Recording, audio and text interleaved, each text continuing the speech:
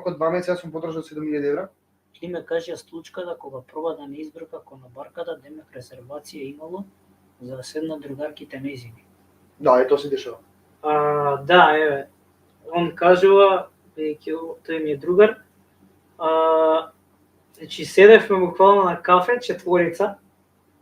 Јас стои неговата девојка и мислам дека уште еден другар или другарка, сега не памтам. Дојде келнерката, конобарката, sejedno, не разликувам искрено.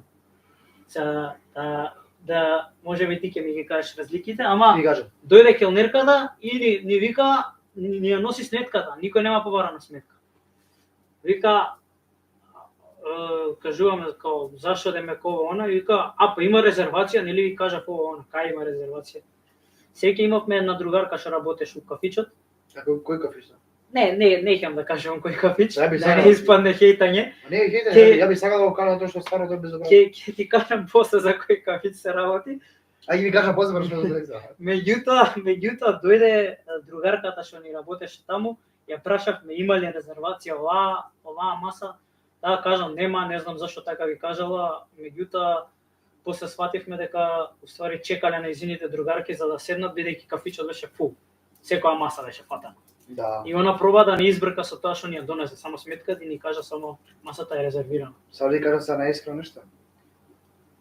Денеска се викаат конобарки, што е многу погрешно тоа, моја мислење. Која е разликата искрено? Еве, види, конобарка тебе сега дознавам дека има разлика. Да, има разлика. Сум мислел дека конобарката трчи за сосема друго, за поголемо ниво, за да се најде кај газдата. Добро. А конобарката трчи за дневица или да си погрее трошоците. Бориш за келнерка. Секоја келнерка, сега ти кажам најискрено. Ама најискрено ги ти кажам. Добро.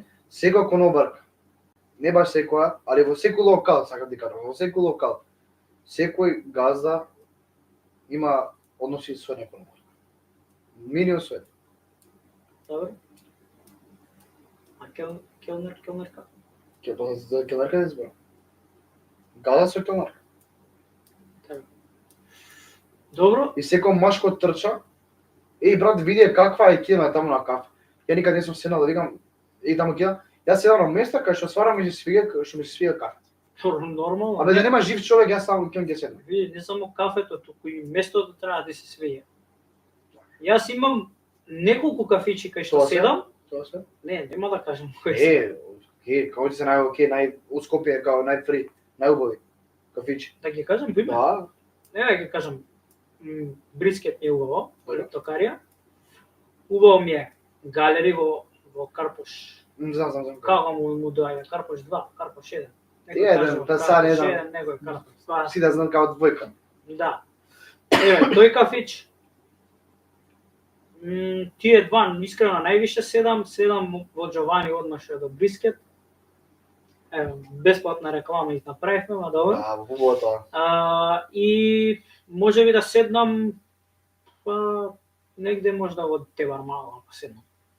Веќе Дебармало не седам. Но Дебармало да, више ми е преку глава. Не за први тоа, него многу веќе деца идат таму искрено. Да, тоа преку глава ми е. Така да не би сакал.